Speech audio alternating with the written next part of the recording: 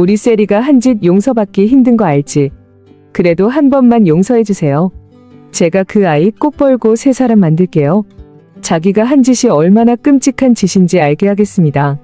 그리고 평생을 미소한테 속지 않은 마음으로 살게 할게요. 안녕하세요, 여러분. 오늘도 찾아와 주셔서 감사합니다. 자, 111회. 이번 회차는 정말 말 그대로 폭탄이었습니다. 지금까지 쌓아왔던 모든 관계가, 모든 거짓이 한순간에 무너져 내리는 걸 목격했는데요. 특히 세리와 미소의 진실이 드러나면서 민간 그룹을 둘러싼 권력 다툼이 새로운 국면을 맞이했습니다. 오늘 리뷰에서는 경채와 선재의 파국, 충격적인 제안, 마지막으로 루시아의 절규까지 정말 한 회에 이렇게 많은 일이 일어날 수 있나 싶을 정도로 밀도 높은 전개를 함께 살펴보겠습니다. 그럼 지금부터 시작해 볼까요? 111회는 세리가 알바 현장에서 겪는 고충을 토로하는 장면으로 시작됩니다. 지금까지 재벌가의 딸로 살아왔던 세리에게 일반인의 삶이란 얼마나 낯선 것일까요? 괜히 반말로 찍어 나보다 나이라도 많은 말투로 하네. 딱 봐도 또 지는 손님이고 난 알바다 이거지. 세리의 이 대사에서 우리는 그녀가 처음으로 갑을 관계에 의리되어 본 경험을 하고 있다는 걸 알 수 있습니다. 아이러니하게도 이건 그녀가 평생 다른 사람들에게 해왔던 행동이기도 하죠. 어머니 루시아는 세리에게 이렇게 말합니다. 평범한 20살로 살아보라고, 또래들이 하는 알바도 해보면서 인생을 배우고 자신을 돌아보라고요. 하지만 세리는 이 과정이 고통스럽기만 합니다. 흥미로운 건 루시아의 태도입니다. 그녀는 세리에게 관두고 싶으면 내일이라도 관둬, 억지로 시킬 생각 없으니까라고 말하면서도 동시에 엄마가 장담해, 분명히 너한테도 좋은 기회가 될 거야 라고 확신에 찬 목소리로 이야기합니다. 루시아는 세리가 카페 직원에게 무례하게 군 적이 있냐고 물어보지만 정작 자신은 내가 뭐 카페 같은데 갈 일이 있나? 커피 마셔도 호텔에 나가서 마시지라며 계급적 우월감을 드러냅니다. 이 장면은 정말 중요합니다. 루시아가 세리에게 평범한 삶을 경험하게 하면서도 정작 본인은 그런 삶을 하찮게 여기는 이중성을 보여주거든요. 과연 이런 방식의 교육이 세리에게 진정한 변화를 가져올 수 있을까요? 드라마의 핵심 반전이 본격적으로 다뤄지기 시작합니다. 선재와의 대화를 통해 장현숙이는 세리와 미소가 바뀌었다는 사실을 재차 확인하게 됩니다. 정말 세리가 아니라 죽은 미소가 우리 호의 딸이라고? 정말 두 아이가 바뀌었다는 거야? 어떻게 그런 일이 있어? 장현숙이 반응은 시청자들의 마음을 그대로 대변합니다. 도대체 어떻게 이런 일이 일어날 수 있었을까요? 더 충격적인 건 루시아가 이 사실을 알고 있었다는 점입니다. 선재는 이렇게 추론합니다. 장현숙이는 경채가 아무것도 모르고 세리를 과하게 챙기는 걸 보면서 가여워했을 것이고 끝까지 속아 넘어가서 딸년을 민강의 주인으로 만들어주길 바랐을 거라고요. 만약 이게 사실이라면 김 변호사의 입을 막기 위해 수단 방법을 가리지 않았을 거라는 태주의 말도 설득력이 있습니다. 하지만 태주는 4년 동안 함께 지내면서 본 루시아는 그런 사람이 아니라고 반박하죠. 장현숙의 심정은 말로 표현할 수 없을 정도로 복잡합니다. 정말 두 아이가 바뀌었다면 미소가 우리 호의 딸이라는 건데 그 애가 어떻게 처참하게 생을 마감했는지 내가 아는데 이걸 그냥 어떻게 넘겨? 자신이 진짜 손녀를 제대로 보호하지 못했다는 죄책감, 그리고 세리를 그토록 아꼈던 시간들이 모두 거짓 위에 세워진 것이었다는 배신감. 장현숙의 분노와 슬픔이 화면을 가득 채웁니다. 개인적인 비극은 곧 회사의 권력 다툼으로 이어집니다. 산에서 올라온 주총 소집 공지를 확인한 태경이는 긴급하게 대응책을 모색합니다. 지금 막 확인했어요. 아직 시간이 좀 남아있으니까 주총 소집 막아볼까요? 하지만 현실은 냉정합니다. 최대 주주로서 절차만 밟으면 언제든 가능한 일이고 정족수만 충족되면 바로 가결될 상황입니다. 절차나 규정도 다 준수한 상태라 막을 명분이 없죠. 태경이가 지적하는 한 가지 명분이 있습니다. 해임해야 될 이유가 아무것도 없는데 그저 자기들 맘에 맞지 않는다고 회사에서 쫓는 거. 하지만 이것도 쉽지 않을 거라고 태경이는 말합니다. 다들 민경채 편이니까요. 결국 두 사람은 지분을 최대한 모아서 방어해보기로 합니다. 하지만 과연 이것만으로 충분할까요? 이 권력 게임의 핵심 카드는 다른 곳에 있었습니다. 여기서부터 드라마는 정말 급물살을 타기 시작합니다. 경채와 선재의 관계가 완전히 파탄났다는 소식이 전해집니다. 선재가 경채에게 학대를 당했다는 이야기가 나오고 경채는 선재를 회사에서 쫓아내려 하고 있습니다. 심지어 약혼 반지까지 빼버렸다고 하네요. 경채 밑에 사람들을 얼마나 짓밟듯 하냐는 대사가 나옵니다. 이건 단순한 직장 내 갑질이 아니라 인간관계 전반에서 경채가 보여온 태도를 상징합니다. 선재는 오랫동안 경채 밑에서 버텨왔지만 이제 한계점에 도달한 것 같습니다. 약혼 반지를 빼버린 것은 단순히 결혼을 포기한 게 아니라 경채의 통제에서 벗어나고자 하는 강력한 의지의 표현이죠. 흥미롭게도 선재는 약혼 반지 먼저 뺀 건 당신이야, 민경채 씨라고 말합니다. 이 말은 경채가 먼저 관계를 저버렸다는 의미일까요? 아니면 감정적으로 선재를 버렸다는 뜻일까요? 경채는 약혼 반지를 빼버린 것을 감히 내 주제에 분에 넘치는 줄도 모르고라며 자신이 양보해 준 것처럼 말하지만 선재의 반박은 명확합니다. 먼저 뺀 건 당신이라고. 그리고 이 회차의 가장 충격적인 순간이 찾아옵니다. 민수정이가 선재에게 접근해서 제안을 합니다. 이제부터 나하고 해보자고요. 그게 뭐든지.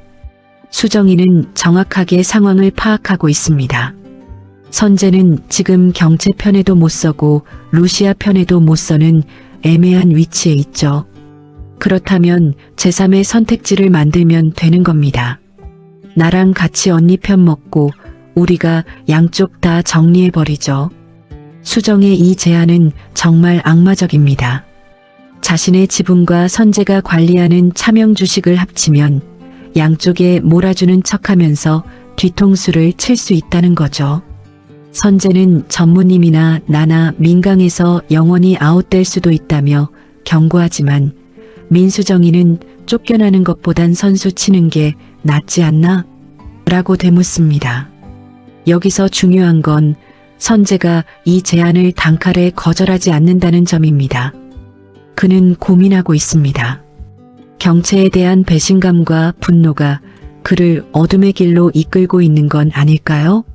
선재가 관리하고 있는 차명 주식이 이번 지분 전쟁의 핵심이라는 게 드러납니다. 회장의 지시로 관리하는 일이지만 하자고 들면 선재 뜻대로 행사가 가능하다고 하네요. 내가 그걸 어디에 몰아주느냐가 이번 지분 전쟁의 핵심이란 말이지. 과연 그거 없이 민경채가 최대 주주가 될 수 있을까? 이 대사는 선재가 사실상 캐스팅 보트를 쥐고 있다는 걸 보여줍니다. 그리고 이게 바로 민수정이가 그에게 접근한 이유이기도 하죠. 그리고 이 모든 게 최악으로 치닫는 순간이 옵니다. 경채가 수정이와 선재가 함께 있는 장면을 목격하게 되는 거죠. 뭐 하는 거예요, 지금? 두 사람? 유라는 대놓고 도발합니다. 언니랑 김변이랑 사실상 파혼 상태잖아. 이 사람은 자기 손으로 직접 약혼 반지 빼버렸고 언니는 그걸 알고도 묵인했고 그럼 파혼 맞지? 그리고 치명적인 한마디를 덧붙입니다. 아니, 사냥철 지난 사냥개는 잡아먹을 리밖에 없잖아. 이 사람한테 들었는데 그건 좀 심했더라. 아무리 사람 이용해 먹고 버리는 게 언니 주특기라도 그렇지. 경채의 반응은 격렬합니다. 대체 왜 이래? 미쳤어? 정신 차려. 하지만 수정이는 물러서지 않습니다. 우린 멀쩡합니다. 정신 차려야 될 사람은 그쪽이에요. 그리고 가장 잔인한 말을 내뱉습니다. 나갔긴 싫고 남주긴 아깝고 뭐 그런 건가? 처형, 거기 계속 서서 우리가 그 키스하는 것까지 직관하려고 하는 건 아니죠. 수정의 이 대사는 경채에게 치명타입니다. 단순히 선재를 빼앗긴 게 아니라 자신의 동생에게 이런 식으로 모욕당하는 상황이 경채를 완전히 무너뜨립니다. 나 미쳐 죽는 꼴 보고 싶어서 너희 같이 왜 이래? 경채의 이 절규는 단순한 질투나 분노가 아닙니다. 자신이 믿었던 모든 사람들에게 배신당하고 있다는 깊은 상처에서 나오는 소리죠. 마지막 장면은 정말 가슴을 찢어놓습니다. 루시아가 옥상으로 향하는 장연수기를 찾아가는 장면입니다. 장연수기는 이미 모든 걸 알고 있습니다. 미소와 세리가 바뀐 것을, 그리고 자신의 진짜 손녀가 어떻게 죽었는지를. 우리 미소가 어떻게 이런 데서, 그 여린 몸으로 어떻게. 장연수기의 목소리에는 분노와 슬픔, 그리고 자책감이 뒤섞여 있습니다. 용서해 주세요. 우리 세리가 한 짓 용서받기 힘든 거 알지만 그래도 한 번만 용서해 주세요. 루시아는 무릎을 꿇습니다. 세리를 꼭 벌하고 새 사람으로 만들겠다고, 자기가 한 짓이 얼마나 끔찍한 짓인지 알게 하겠다고, 평생을 미소한테 속죄하는 마음으로 살게 하겠다고 약속합니다. 하지만 경채의 질문은 근본적입니다. 그럼 뭐 할 건데? 그렇다고 죽은 애가 살아오는 것도 아니잖아.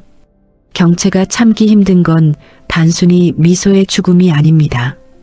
왜 두 아이가 바뀌었냐는 거죠. 왜? 대체 왜? 왜 맡겨서 내 손녀를 자기 딸이 죽게 만든 거냐고. 미소는 여사님 손녀이기 전에 제 딸이에요. 아시잖아요. 제가 미소한테 어떤 마음이었는지. 루시아의 이 대사는 정말 강렬합니다. 미소가 인큐베이터 안에서 생사를 오갈 때 오늘 밤이 고비란 소리를 여러 번 들었다고 합니다. 하지만 미소는 그 고비마다 잘 버텨냈고 살면서 한 번도 속 썩인 적 없는 착한 딸이었다고요.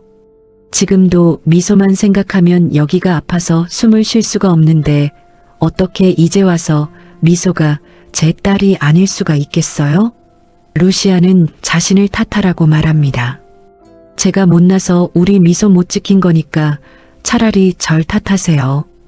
그리고 미소도 자기 때문에 할머니가 망가지는 걸 원치 않을 거라고 덧붙입니다. 자기를 어떻게 할지는 더 생각해보고 먼저 벌 줄 사람 벌하고 나서. 장연수기의 이 말은 세리의 운명이 아직 결정되지 않았음을 시사합니다. 하지만 먼저 처벌해야 할 사람들이 있다는 거죠. 과연 연수기는 누구를 먼저 벌하려는 걸까요? 경채와 선재의 관계는 애초에 건강하지 못했습니다. 연수기의 과도한 통제와 선재의 복종으로 이루어진 관계였죠. 하지만 선재가 드디어 그 굴레에서 벗어나려 하면서 관계는 완전히 붕괴됩니다. 흥미로운 건 선재가 경채에게서 완전히 독립하는 게 아니라 수정이라는 또 다른 주인을 택할 가능성이 있다는 점입니다. 이건 선재가 진정한 자유를 원하는 게 아니라 단지 복수를 원하는 건 아닐까요? 수정이는 더 이상 언니의 그늘에서 벗어나고 싶어 합니다. 그녀의 공격은 직접적이고 잔인합니다. 언니가 가장 아파할 방법을 정확히 알고 실행하죠. 나갔긴 싫고 남주긴 아깝고라는 대사는 경채의 심리를 정확히 찌릅니다. 수정이는 언니가 선재를 사랑한 게 아니라 소유하고 싶어 했을 뿐이라는 걸 폭로하는 겁니다. 연수기와 루시아의 관계는 가장 복잡합니다. 4년 동안 쌓아온 신뢰가 있지만 동시에 미소와 세리가 바뀐 진실이 그 사이를 가르고 있죠. 루시아는 진심으로 미소를 사랑했습니다. 그게 친딸이든 아니든 상관없이요.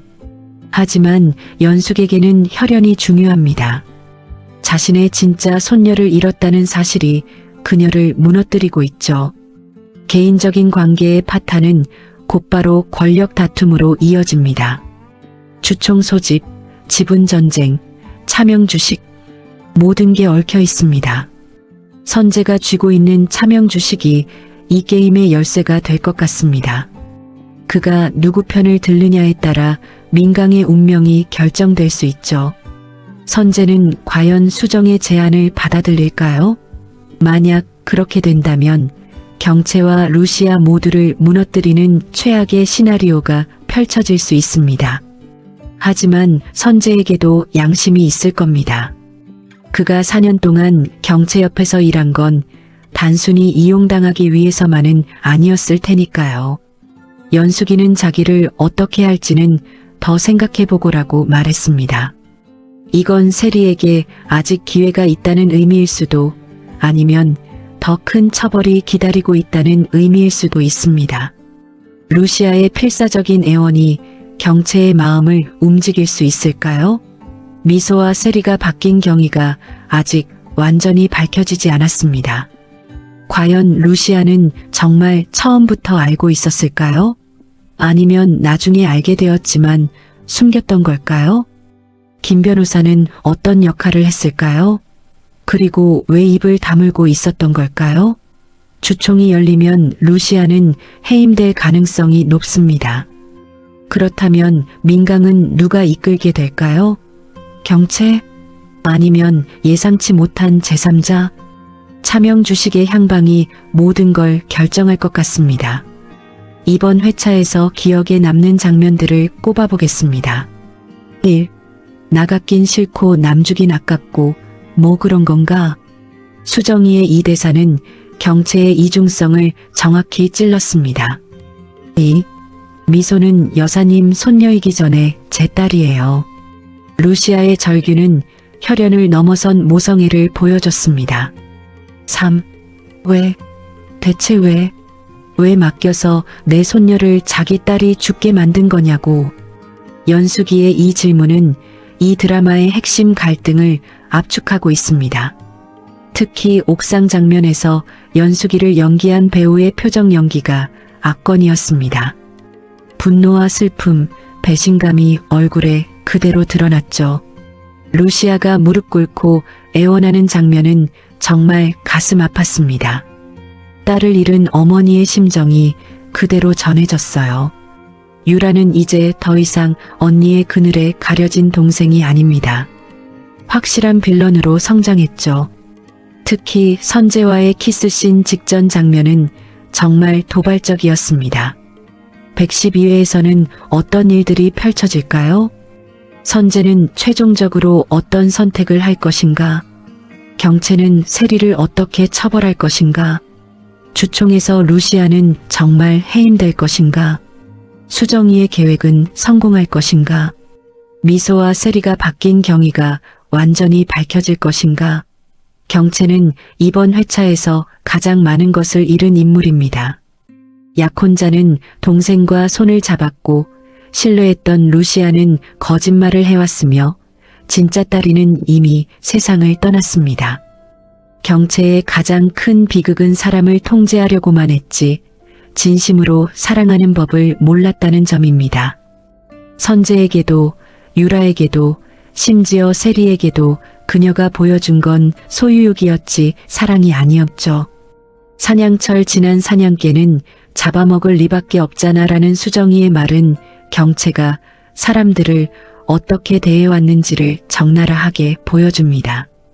쓸모가 있을 때만 곁에 두고 필요 없어지면 버리는 것. 하지만 이제 경채는 버려지는 쪽이 되었습니다. 이 아이러니가 시청자들에게는 일종의 카타르시스를 주지만 동시에 그녀의 고독도 느껴지게 만듭니다. 선재는 오랫동안 경채의 그늘 아래서 살아왔습니다. 학대를 받으면서도 참았던 이유는 무엇일까요? 사랑 때문일까요? 아니면 권력에 대한 욕망 때문일까요? 내가 언니의 남자였는데 라는 대사에서 드러나듯 선재는 자신의 위치를 명확히 인식하고 있습니다. 그는 남자가 아니라 언니의 남자였던 거죠. 주체가 아닌 소유물. 수정이가 지적한 것처럼 경채와 선재의 관계는 남녀 관계로 진전되지 못했습니다. 이건 경채가 선재를 파트너가 아닌 도구로 봤다는 증거죠. 선재가 수정이의 제안에 흔들리는 이유는 단순한 복수심 때문만은 아닐 겁니다. 처음으로 자신이 주도권을 잡을 수 있는 기회가 왔기 때문입니다. 차명 주식이라는 강력한 카드를 쥐고 있으니까요. 수정이는 이번 회차에서 완전히 다른 모습을 보여줍니다. 언니의 그림자에서 벗어나 독자적인 플레이어로 등장한 거죠. 우리가 양쪽 다 정리해버리죠라는 그녀의 대사는 더 이상 누구의 편에 서는 게 아니라 자신만의 게임을 시작하겠다는 선언입니다. 수정이의 무기는 냉정한 계산입니다. 그녀는 감정에 휘둘리지 않고 상황을 분석하죠. 선재가 지금 가장 취약한 상태라는 것, 그리고 그가 가진 차명 주식의 가치를 정확히 파악하고 접근합니다. 하지만 유라에게도 약점은 있습니다. 그녀는 언니에 대한 열등감과 분노를 완전히 극복하지 못했어요. 나갔긴 싫고 남주긴 아깝고라는 말에서 드러나듯 유라의 행동에는 복수심이 깊이 깔려 있습니다. 루시아는 가장 복잡한 캐릭터입니다. 그녀가 미소와 세리가 바뀐 것을 언제부터 알았는지, 왜 숨겼는지는 여전히 미스터리로 남아 있습니다. 하지만 한 가지 확실한 건 루시아의 미소에 대한 사랑은 진짜였다는 점입니다. 지금도 미소만 생각하면 여기가 아파서 숨을 쉴 수가 없는데라는 그녀의 고백은 연기가 아닙니다. 루시아는 세리를 보호하려 하지만 동시에 그녀를 올바르게 키우지 못한 것에 대해 죄책감을 느끼고 있습니다. 그래서 세리에게 평범한 삶을 경험하게 하는 거죠. 루시아가 무릎 꿇는 장면은 정말 상징적입니다. 한때 민강을 이끌었던 강인한 여성이 한 어머니로 돌아간 순간이었으니까요. 1. 차명 주식의 의미. 차명 주식이 뭘까요? 드라마에서 명확히 설명되지 않았지만 아마도 회장이 비밀리에 관리하던 지분으로 보입니다. 선재에게 맡긴 이유는 아마도 그를 신뢰했기 때문이겠죠. 이 주식이 이번 권력 싸움의 핵심이라는 건 민강의 지배 구조가 생각보다 불안정하다는 걸 의미합니다. 2. 김 변호사의 역할. 김 변호사는 미소와 세리가 바뀐 사실을 알고 있었던 것 같습니다. 루시아가 수단 방법 안 가리고 김 변호사라는 사람 입을 틀어막았겠죠 라는 태주의 말이 있었으니까요. 만약 김 변호사가 이 비밀을 알고 있었다면 왜 말하지 않았을까요? 돈 때문일까요? 아니면 다른 이유가 있을까요? 3. 약혼 반지의 상징. 약혼 반지를 빼는 행위가 반복적으로 등장합니다. 선재가 뺐다, 경채가 뺐다는 논쟁도 있고요. 이 반지는 단순한 약혼의 상징이 아니라 지배와 복종의 상징입니다.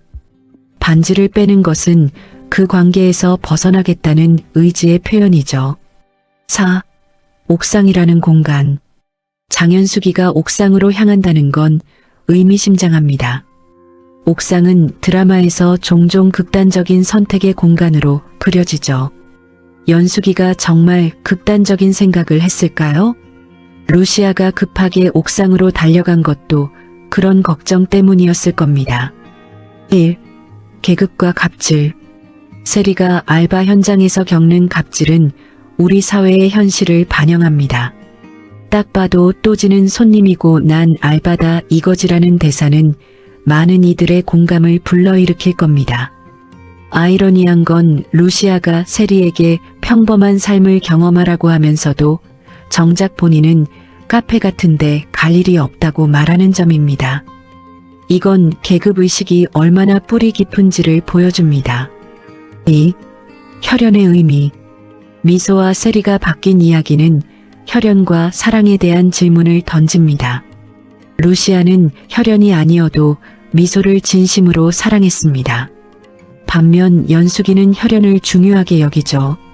과연 가족이란 무엇일까요? 피가 중요한가요? 아니면 함께한 시간과 사랑이 중요한가요? 3. 권력과 인간관계.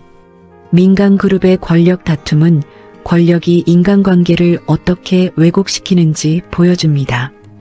경채와 선재의 관계는 사랑이 아니라 지배와 복종이었고, 경채와 유라의 자매 관계도 경쟁과 질투로 얼룩졌습니다. 권력을 쥔 사람은 진정한 인간관계를 맺을 수 있을까요? 이 드라마의 작가는 복수와 정의, 사랑과 집착, 혈연과 선택에 대한 복잡한 이야기를 풀어내고 있습니다. 특히 111회에서는 모든 캐릭터들이 기로에 서 있습니다. 선재는 복수와 양심 사이에서, 경채는 분노와 고독 사이에서, 루시아는 모성애와 죄책감 사이에서 선택해야 합니다. 작가는 명확한 선악 구도를 만들지 않습니다. 모든 캐릭터에게는 그들만의 이유가 있고 아픔이 있습니다. 이것이 이 드라마를 단순한 막장이 아닌 인간 드라마로 만드는 요소죠. 111회는 단 한순간도 긴장을 놓을 수 없는 전개였습니다. 세리의 알바 이야기로 시작해서 미소와 세리의 진실, 주총 소집 수정이와 선재의 결탁, 그리고 경채의 절규까지 각 장면이 다음 장면으로 자연스럽게 이어지면서도 매번 새로운 충격을 선사했습니다. 특히 수정의 등장은 완전히 예상 밖이었습니다. 그녀가 선재에게 접근할 거라고 누가 생각했을까요? 이런 예측 불가능성이 시청자들을 화면에 붙들어 둡니다. 분노, 슬픔, 배신감, 안타까움. 이 모든 감정이 한 회차에 다 담겨 있습니다. 특히 루시아의 옥상 장면은 정말 눈물이 나올 뻔했습니다. 많은 시청자들이 세리가 알바 현장에서 겪는 갑질에 공감할 겁니다. 부당한 대우를 받으면서도 참아야 하는 을의 입장, 많은 분들이 경험했을 테니까요. 경채도 불쌍하긴 해. 경채를 미워하면서도 한편으로는 그녀의 고독이 느껴집니다. 모든 걸 잃어가는 그녀의 모습에서 연민이 생기기도 하죠. 루시아의 심정 이해돼.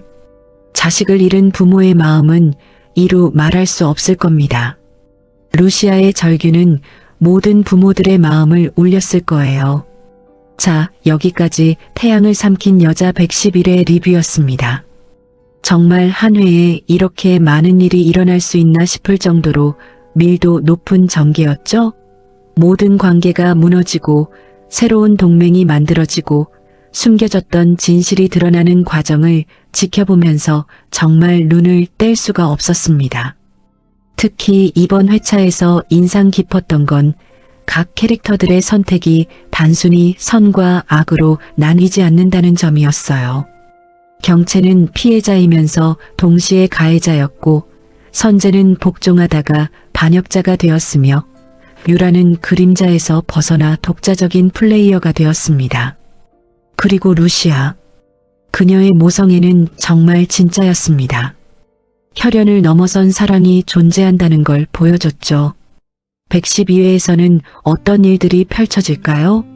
선재는 과연 어떤 선택을 할까요? 경채는 무너지는 걸까요? 아니면 반격할까요? 루시아와 세리의 운명은?